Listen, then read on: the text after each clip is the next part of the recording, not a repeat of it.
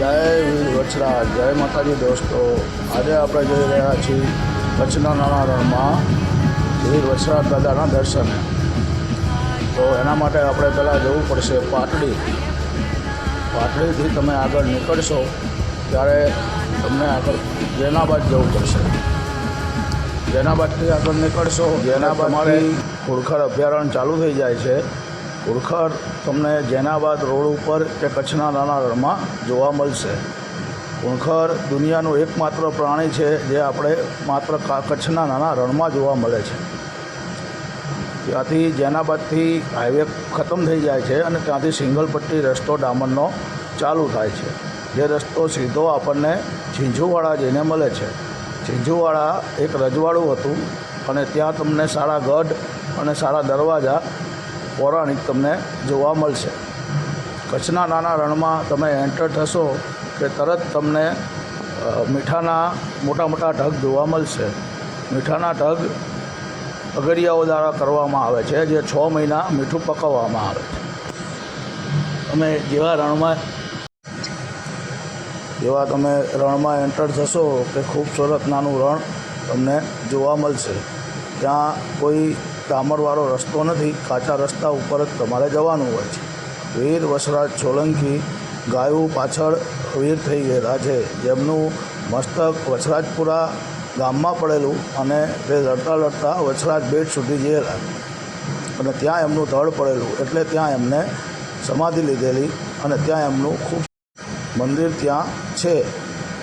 જો કોઈ ત્યાં જાય તો ત્યાં પ્રસાદીની, રહેવાની અને બધી સુવિધા કરેલ છે। ચૈત્ર મહિનાની 13 અમે ત્યાં ભલગામના યુવાનો દ્વારા ત્યાં કેમ્પ કરવામાં આવ્યો રણ વચ્ચે, અને લોકોને ચા પાણી અને સૂવા અને રહેવાની, જે ચાલતા આવતા હોય એમના માટે વ્યવસ્થા કરવામાં આવી હતી। અમે પણ તે કેમ્પનો લાભ લીધેલો। વછરાજ દાદાનું મંદિર આવી જાય છે, જેનો ખૂબસૂરત ગેટ તમે વિડીયોમાં જોઈ રહ્યા હશો। 13 અને ચૈત્ર મહિના હિસાબે ત્યાં પબ્લિક ખૂબ હતી અને ત્યાં મેળો પણ લાગ્યો હતો। આ છે વછરાજ દાદાનું જ્યાં શરીર પડેલું એ મંદિર। ત્યાં દર્શન કરવા માટે ખૂબ લાંબી લાઈન હતી અને લાઈનમાં ઊભા રહી અને બધા ભક્તો એમના દર્શન કરી રહ્યા હતા। આ નવનિર્માણ મંદિર બનવા જઈ રહ્યું છે અને તમે જોઈ શકો છો ઘણા બધા લોકો ત્યાં દર્શન માટે આવ્યા હતા અને એમની પ્રસાદીનું બી ખૂબ સારું આયોજન હતું, જે આગળ આપણે વિડીયોમાં જોશું। વછરાજ દાદાની ધજા જોઈ શકો છો તમે, કેવડી મોટી છે અને ત્યાં ખૂબ માન છે એમનું અને ત્યાં ખૂબ હાથ છે એમનું। હવે આપણે આગળ પ્રસાદી લેવા જઈએ। જો લાડવા, મીઠા ભાત, ગાંઠિયા, રોટલી, શાક,